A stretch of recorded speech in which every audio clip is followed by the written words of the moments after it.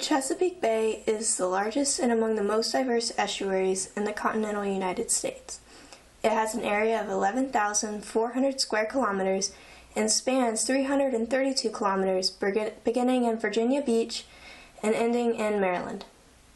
The Chesapeake Bay is essential for shipping, commercial fishing, hunting, recreation, and tourism. It is among one of the last places in the United States where oysters are harvested in the wild.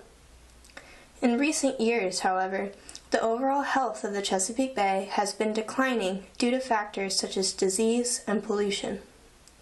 This decline has caused an economic ripple effect throughout the bay and the surrounding communities. The marine environment is essential to the Chesapeake Bay area. Historically, the bay has been home to very diverse and abundant fish and wildlife. Oysters have typically been a fundamental part of the ecosystem as well as the economy in the Chesapeake Bay. Oysters clean the water they live in through a process called filter feeding. The cleaner water helps the bay to maintain populations of essential algae, fish, and crabs.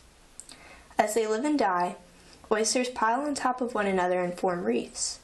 Oyster reefs were once so plentiful that they define major river channels in the Chesapeake Bay area. These reefs not only serve as habitat for oysters, but also provide habitats for crabs and fish. The Chesapeake Bay economy relies heavily on its maritime production. The harvesting of oysters as well as crabs and fish are essential to the health of the economy. The 2009 Fisheries Economics in the United States report by the National Oceanic and Atmospheric Association says that the commercial seafood industry in Maryland and Virginia contributed $3.39 billion in sales, $890 million in income, and almost 34,000 jobs to the local economy. Watermen traditionally harvest oysters as their livelihood.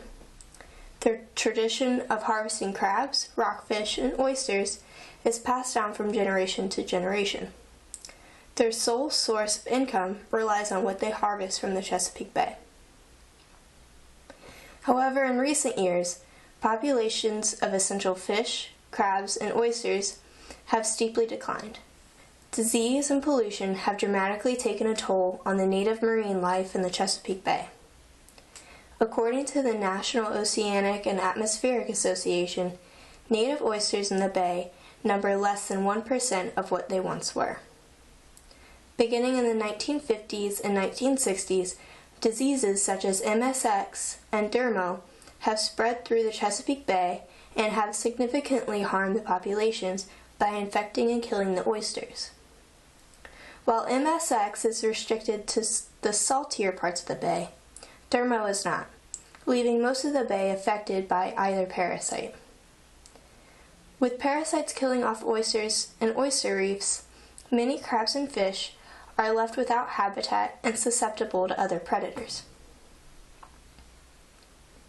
Pollution is another major factor causing declines in marine life populations in the Chesapeake Bay. According to the Environmental Protection Agency, studies completed in the 1970s documented that increases in agricultural development, population growth, and sewage treatment plant discharges were causing the bay to become nutrient-enriched. An excess of nutrients such as nitrogen and phosphorus may sound like a good thing because these nutrients help grow phytoplankton and algae. However, excessive growth of phytoplankton and algae can have harmful consequences. Excessive algae can block sunlight from other organisms in the water, preventing their growth. And it can also use up excess oxygen that other organisms such as oysters, fish, and crabs need to survive. Robert Montague, a resident of Urbana in Middlesex County, Virginia, explains how mud can harm oysters in the Chesapeake. Oysters can be killed by mud. Sediment covering them up, they will smother and die. And that's certainly one form of pollution. And they're killed by other things that run off the land besides just plain mud. I mean, they're vulnerable to diseases, which are waterborne. Without oysters, the water quality has grown to be very poor. The National Oceanic and Atmospheric Association claims that it was once estimated that all the oysters in the Chesapeake Bay could clean all the water in the bay in about a week. Now, however, it is estimated that the amount of oysters left in the Chesapeake could clean the water in the bay in about a month. Kevin Godsey, a waterman from Mathews County, Virginia, explains in an interview his frustrations due to the poor water quality. We're fighting crab pots that we cannot keep clean. The water quality, the grass just grows on overnight, and we're continuously pressure washing and trying to keep pots clean. That's a big frustration right now. When 20 years ago we didn't have any trouble with dirty crab pots at all. That's a really interesting frustration that speaks to like the larger Chesapeake Bay issues of pollution. Yeah. Does that affect your life? Yeah, I'm sure that's what's causing the growth of dirtiness on poor water quality.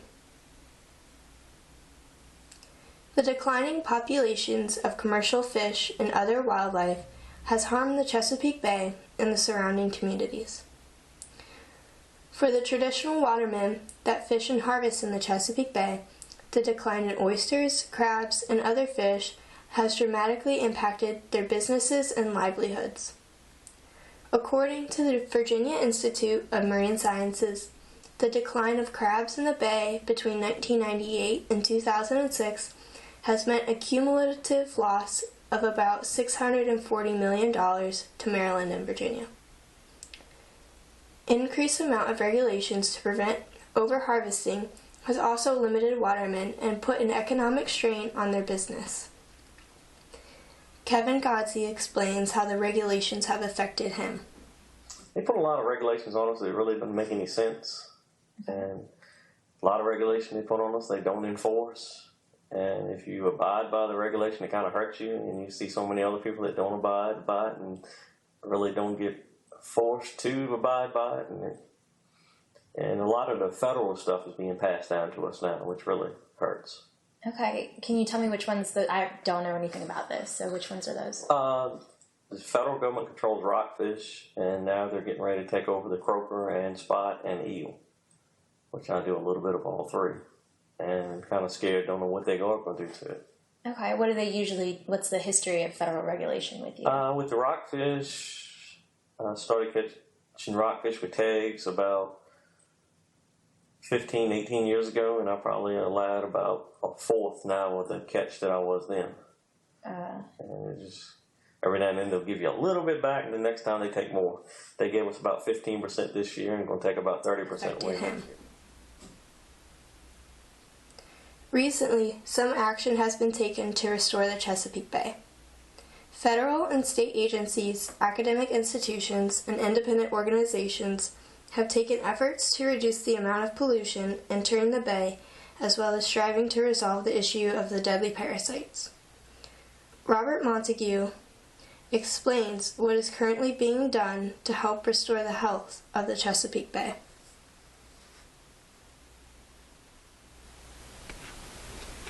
We've had a terrible decline, which is starting to turn around.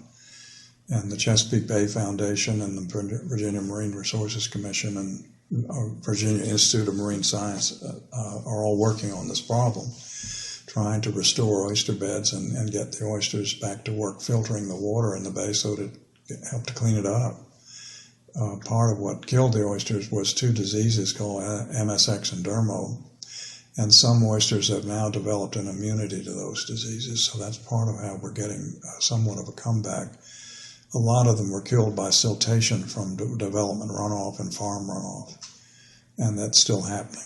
So we still have a lot of work to do to try to get oysters to come back more than they have, because what we have now is a very small percentage of what there once was, even with the comeback that we have had.